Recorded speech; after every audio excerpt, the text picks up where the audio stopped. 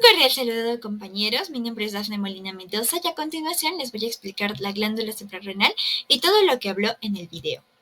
En primer lugar, esta glándula suprarrenal se va a componer en dos, en corteza y médula. La corteza va a derivar del mesodermo y la médula del ectodermo. Por eso es que las células cromafines van a derivar de la cresta neuronal. Además, que gracias a este origen embriológico es que podemos decir que la glándula suprarrenal es un ganglio simpático modificado, porque va a tener neuronas postganglionares que han perdido sus axones y se han transformado en células secretoras, células que secretan catecolaminas, noradrenalina, adrenalina, dopamina. Por eso es que el sistema simpático tiene una acción en la médula suprarrenal. Asimismo, en el cuerpo humano tenemos dos glándulas suprarrenales que van a medir entre 8 y 10 gramos, se van a ubicar retroperitonealmente, situados en los polos superiores de cada riñón que tenemos. La médula va a ocupar un 10% y la corteza un 90%. A su vez, nos explica de las zonas de la corteza suprarrenal. Tenemos tres: glomerulosa, fasciculada y reticular. En la corteza suprarrenal es importante recordarnos que aquí se van a sintetizar hormonas esteroideas y en la médula catecolaminas, adrenalina, noradrenalina y dopamina. En la zona glomerulosa se van a sintetizar mineralocorticoides. Si bien es cierto, van a depender del ACTH, también el sistema renina-angiotensina va a participar y va a tener un factor importante en la secreción de aldosterona. Ya vamos a ver por qué. La zona fasciculada va a secretar glucocorticoides. Estos glucocorticoides van a tener acción también en la médula suprarrenal. Van a garantizar su desarrollo y a la vez en la producción de adrenalina, porque van a estimular a la enzima la fenilolamina N-metiltransferasa, que es la enzima que transforma de noradrenalina a adrenalina, y por eso es que también participa en la médula suprarrenal, en la producción de la adrenalina. Y la zona reticular, que se va a encargar pues de sintetizar hormonas sexuales, los andrógenos. Los andrógenos van a tener un efecto masculinizante. Ahora, a continuación vamos a presentar todas las funciones de los glucocorticoides, recordando que en el hipotálamo es donde se va a secretar la hormona liberadora de corticotropina, y a su vez va a estimular a que las células corticótropas sinteticen, liberen ACTH, que estimula a la corteza de la glándula suprarrenal para que libere el glucocorticoides. El cortisol va a ser el principal glucocorticoide y como glucocorticoide va a tener diferentes acciones metabolizantes, sobre todo en carbohidratos, proteínas, grasas, estrés e inflamación. Cuando aumenta el estrés, aumenta cortisol. Y el cortisol va a tener efectos antiinflamatorios. Comenzamos con la gluconeogénesis, con la glicemia, con la conversión a glucosa.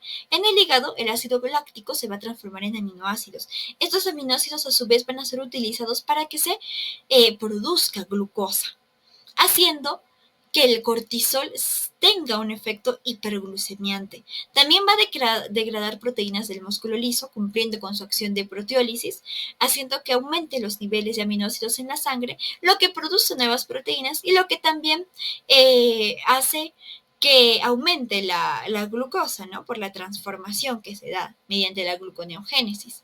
La lipólisis va a ser periférica, pero va a haber una lipogénesis central. La sensibilidad de los vasos sanguíneos a las hormonas de vasoconstricción va a provocar un aumento de tensión arterial y este efecto de los glucocorticoides va a tener una ventaja positiva en el control de hemorragias severas. Como mencionamos, tiene un efecto antiinflamatorio importante porque va a inhibir a los glóbulos blancos que participan en la inflamación, inhibiendo los glucotrienos, las prostaglandinas, los trombos, Y este efecto antiinflamatorio va a ser usado para el tratamiento de enfermedades autoinmunes, de enfermedades inflamatorias como son la artritis reumatoide, el lupus eritematoso, etc. También va a tener un efecto de depresión del sistema inmunológico, va a inhibir la inmunidad. ¿Cómo? Pues primero va a inmovilizar a los linfocitos T, haciendo que estos no puedan secretar interleuquinas, y estas interleuquinas, como ya no van a provocar anticuerpos, estimular a los anticuerpos, entonces pues se inhibe la producción de anticuerpos. De esta manera es como los glucocorticoides pueden ser utilizados cuando tenemos cirugías de trasplante de órganos, porque va a hacer que nuestro órgano no ataque al órgano trasplantado, que nuestro cuerpo no ataque al órgano trasplantado. A su vez, van a inhibir la proliferación de fibroblastos. No se producen fibroblastos, entonces, ¿qué va a pasar? Que la piel se vuelva más delicada, que aumente las cicatrices. Ya la vamos a ver más adelante. Nos habla del transporte de cortisol, un 90% va a ser transportado en la sangre por la hormona fijada de cortisol y el 5% va a estar libre. Este 5% es el cortisol biodisponible. La CBG, que es la proteína ligada al cortisol, va a ser una proteína sintetizada por el hígado. ¿De acuerdo? Esta CBG va a aumentar cuando aumentan los estrógenos en el embarazo y va a disminuir cuando tenemos cirrosis, nefropatías, mielomas, va a disminuir también en inflamación. Estos glucocorticoides también van a verse influidos en el patrón circadiano. Por ejemplo, el cortisol va a ser elevado en las mañanas a las 8 a.m., pero va a disminuir en la noche, en la tarde. El metabolismo de los carbohidratos. Ya sabemos que tienen efectos biológicos en el hígado, estimulan la gluconeogénesis y también van a disminuir la captación de aminoácidos y síntesis de proteínas.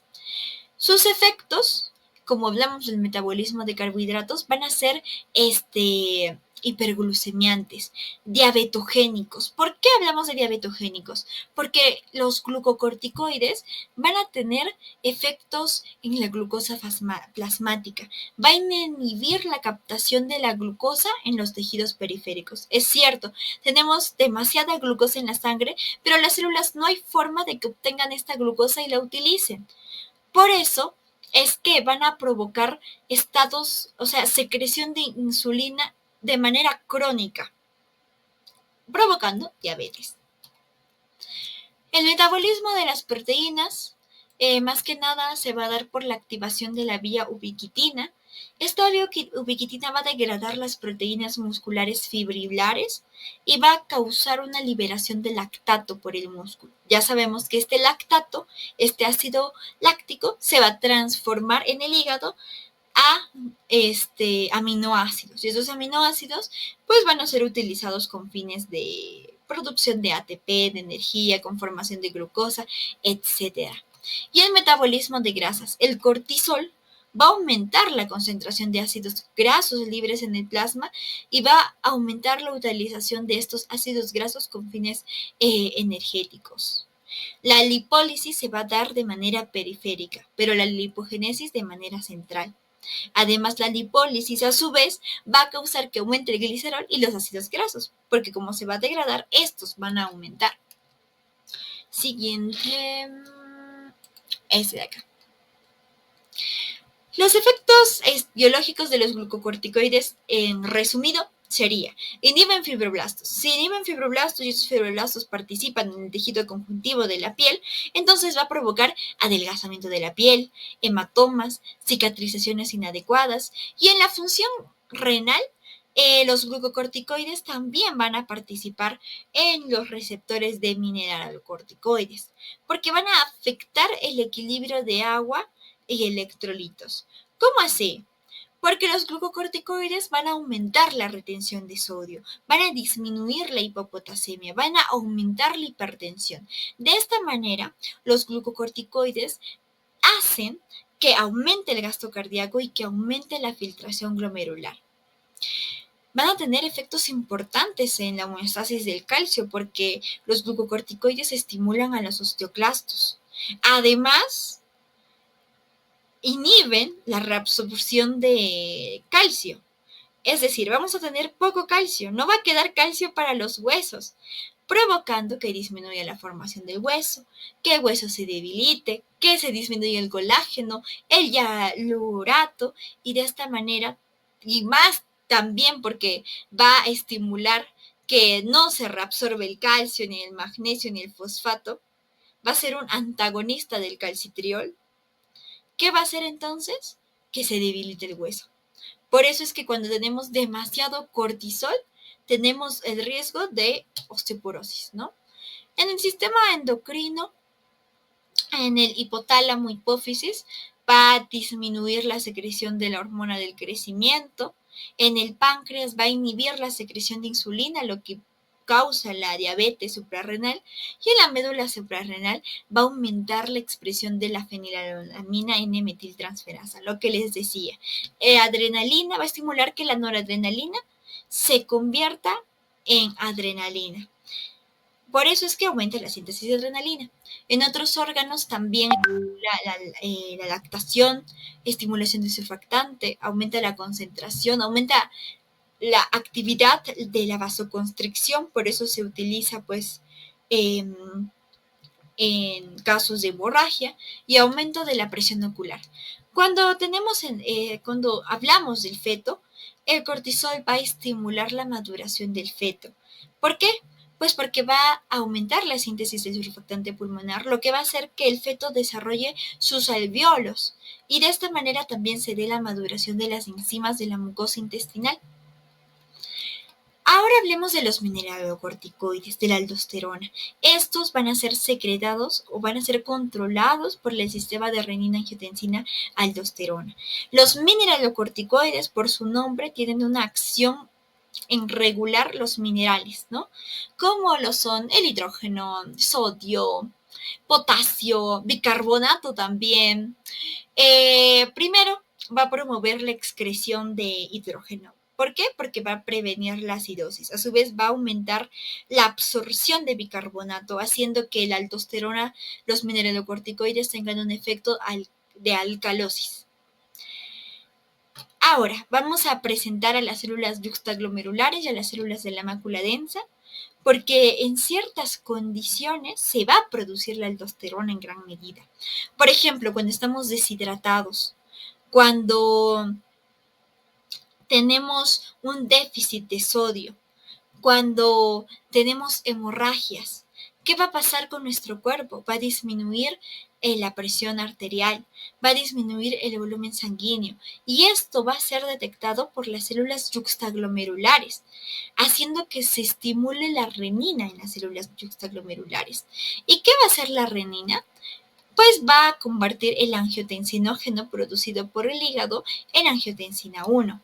Esta angiotensina 1 a su vez va a secretarse pues por el torrente sanguíneo hasta llegar hasta los capilares del pulmón. Aquí, gracias a una enzima convertidora de angiotensina AC, es que la angiotensina 1 se va a transformar en angiotensina 2 en el pulmón. Y la angiotensina 2 va a tener efectos de vasoconstricción de arteriolas, lo que va a provocar un aumento de la presión arterial. De esta manera el cuerpo se autorregula. También va a estimular a la corteza suprarrenal para que produzca la aldosterona.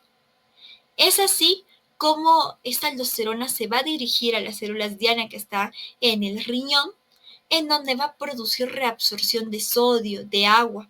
Como disminuía el sodio, entonces ahora queremos reabsorberlo. Y como teníamos un exceso de potasio, vamos a secretar potasio y secretar hidrógeno. No queremos que haya acidosis. De esta manera, nosotros vamos a hacer que aumente nuestro volumen sanguíneo y que aumente la presión arterial. Por último, tenemos los andrógenos. Estos andrógenos, principalmente hablamos de la DEA, que es la deshidroepiandrosterona, que el cuerpo va a usar para convertir en hormonas sexuales.